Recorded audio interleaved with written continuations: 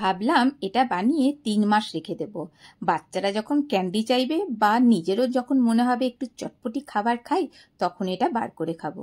কিন্তু সত্যি কথা বলতে 3বার এবছর আমি বানালাম। বানালে কি হবে, সেটা 3 দিনও যায় না। এমন সুন্দর খেতে, আমি নিজেই যখন পারি তখন এরকম বয়ম খুলে খাওয়া শুরু করে দিই। তো এটা বানাচ্ছি আজকে আমের ক্যান্ডি বা আমসত্ত্বও বলা যেতে পারে, যেটা বাচ্চা বড় সবাই পছন্দ করবে। আর আজকে যেটা বানাচ্ছি পুরো কাঁচা আমের চটপটি ক্যান্ডি বা আমসত্ত্ব। তো এর জন্য একদম পুরো কাঁচা আমটাই নিয়ে নিতে হবে। এই সময় যে আমটা পাওয়া যায় সেটা কিন্তু বেশ পুরুট আমটা পাওয়া যায়, মানে শাঁসটা বেশ মোটা হয়। তো সেই রকমই একদম শাঁসওয়ালা আম আমি এখানে নিয়ে নিয়েছি। এখানে মোটামুটি হাফ কিলোর মতো আম এখানে রয়েছে। আজকে আমি খুব বেশি একটা বানাচ্ছি না, এর আগে কয়েকবার বানালাম, কিন্তু যেটা বললাম খুব তাড়াতাড়ি শেষ হয়ে গেছে।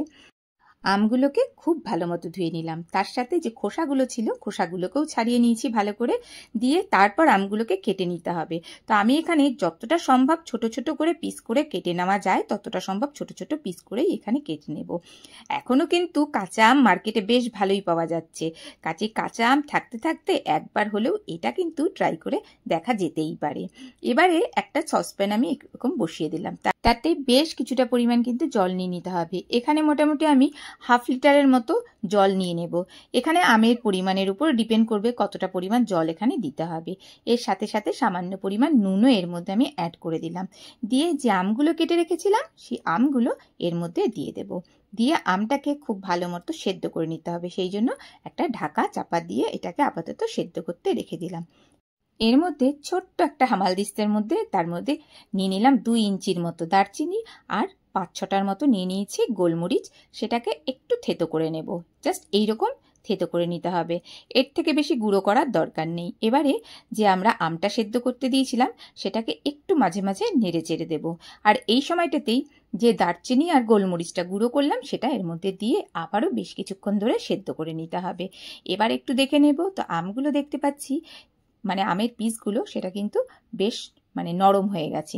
তো এটাকে কন্টিনিউয়াসলি এই গরম অবস্থাতেই একটুখানি এভাবেই মানে স্পুন দিয়ে বা হাতা দিয়ে একটু চেপে চেপে এটাকে গলিয়ে নেব, মানে যতটা সম্ভব গলানো যায় ততটা সম্ভব আমি এটাতে গলিয়ে নেব। এরপর একটা এরকম স্টেইনার বা ছাঁকনি নিয়ে নেব, সেদ্ধ করে রাখা আমের পিসগুলোকে এর মধ্যে দিয়ে দেবো। যদিও এখন পিস নেই, এটা পুরো পেস্টেই পরিণত হয়েছে। যাই হোক, এটাকে একদম ভালো মতো করে ছেঁকে নিতে হবে, যাতে করে ছিবড়েটাকে একদম আলাদা করে রাখা যায়, কারণ আমাদের এখানে একটা স্মুথ একটা পেস্ট লাগবে। তো দেখো বেশ অনেকটা পরিমাণ ছিবড়ে হয়েছে, এটাকে তো কোনো দরকার হবে না, ওটাকে ফেলে দিয়ে কড়াটাকে আমরা ওভেনের মধ্যে বসিয়ে দেব। তাই দেখো এরকম স্মুথ একটা পেস্ট কিন্তু আমাদের লাগবে। তো এই সময়টাই না আমরা চিনিটা দিয়ে নেব। চিনিটা মোটামুটি এখানে হাফ কাপের মতো চিনি আমি দিয়ে নিলাম। চিনিটা ডিপেন্ড করবে আমটা কতটা মিষ্টি হচ্ছে বা কতটা টক হচ্ছে। তো এখানে যে আমি আমটা ব্যবহার করলাম না, সেটা কিন্তু খুব একটা টক আম নয়, সেই জন্য এখানে আমি হাফ কাপের মতো চিনি দিয়ে নিয়েছি। এবার চিনিটা সেই মতো করে দিতে হবে আমের স্বাদের ওপরে।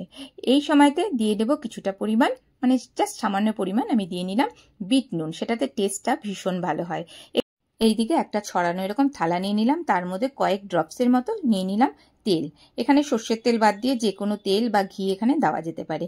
এদিকে দেখতে পাচ্ছি আমের পেস্টটাও কিন্তু অনেকটাই ঘন হয়ে গেছে। এবারে আমরা ওভেনটাকে অফ করে দেব। অফ করে দিয়ে গরম গরম অবস্থাতেই যে আমরা থালাটা বা ডিশটা রেডি করে রেখেছিলাম তার উপরে এই আমটাকে দিয়ে দেব, মানে আমের পেস্টটাকে দিয়ে খুব ভালো মতো করে একদম ছড়িয়ে নেব থালার মধ্যে। এবার এটাকে শুকাতে দেব। মোটামুটি শুকানোটা 2 দিন থেকে 3 দিন এরকম লাগতেই পারে। তো আমি এখানে ফ্যানের হাওয়াতে 2 দিন শুকিয়েছিলাম, আর 1 দিন হচ্ছে আমি রোদে দিয়েছিলাম, যাতে করে অনেক দিন পর্যন্ত থাকে। অনেক সময় রোদে না দিলে কি হয়, একটা ওপর থেকে ফাঙ্গাসের মতো পড়ে যেতে পারে। তো এবার দেখো আস্তে করে তোলার চেষ্টা করছি, কোনো রকম কিচ্ছু লাগবে না, সুন্দরভাবে কিন্তু উঠে চলে আসছে। আর আমি এটা না খুব একটা পাতলা করিনি, একটু মোটা মোটা তৈরি করেছি, যাতে একটু ক্যান্ডির শেপটা আমরা নিয়ে আসতে পারি সেই কারণে। আর পাতলা হলে পরে এরকম সুন্দরভাবে কিন্তু কাটা যায় না, মানে সেই থিকনেসটা অত ভালো হয় না, সেই কারণে ক্যান্ডিটা বোঝা যায় না। আর বাচ্চাদের ক্ষেত্রে ক্যান্ডিটা একটু অ্যাট্রাকটিভ হয়, তো তো যাই হোক, আমি এরকম ছোট্ট ছোট্ট পিস করে, যেমন ক্যান্ডির পিস হয় ওরকম করে নিচ্ছি। চাইলে পরে বড় বড় পিস করেও কিন্তু কেটে নেওয়া যেতে পারে। তো এভাবে আমি দেখো সুন্দরভাবে এরকম স্কোয়ার শেপ করে ছোট্ট ছোট্ট করে কেটে নিলাম।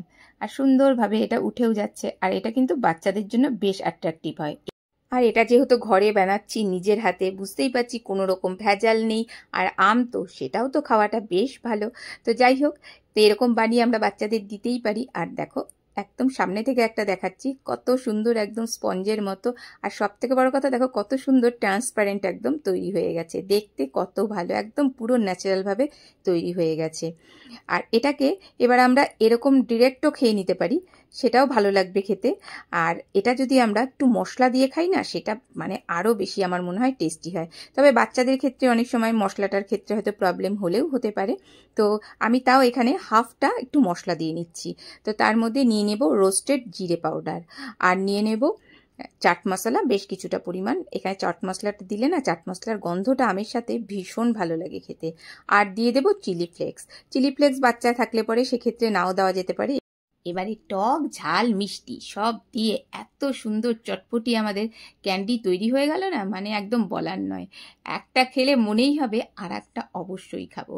তো এইভাবেই আমি দু রকমেরই বানিয়ে রেখে দিলাম, যার যখন যেরকম মনে হবে সে সেরকম খাবে। তো এখানে যেটা আমি মশলা ছাড়া সেটাও এখানে রেখে দিলাম। আমার নিজের ক্ষেত্রে কিন্তু যেটা মশলা দেওয়া সেটা বেশি পছন্দ, সেই জন্য আমি যখন এমনিও খাই না, তখন একটু মশলাটা বেশি করে লাগিয়ে নিয়ে তারপরে খাই। তো এটাকে আমি এখন একটা বয়ামের মধ্যে রেখে দিচ্ছি। বয়ামের মধ্যে রাখলে পরে বেশ কিছুদিন রেখে সেটাকে খাওয়া যেতে পারে। তবে আমি যেটা বললাম, আমার বাড়িতে এটা দুদিনও যায় না, আমি নিজেই অনেকটা শেষ করে ফেলি। তো এটা না বেশি অ্যাট্রাকটিভ আমার মনে হয় দেখতে। আমরা তো আমসত্ত্ব বাড়িতে অনেকই বানাই, তো এভাবে কাটিং করে মশলা দিয়ে একবার ট্রাই করে দেখতে পারো। আর কেমন লাগলো রেসিপিটি জানাতে পারো। ভালো লাগলে প্লিজ একটা লাইক দিতে ভুলো না, আর আমার চ্যানেলটিকে সাবস্ক্রাইব করে রেখো। আজকে এ পর্যন্তই।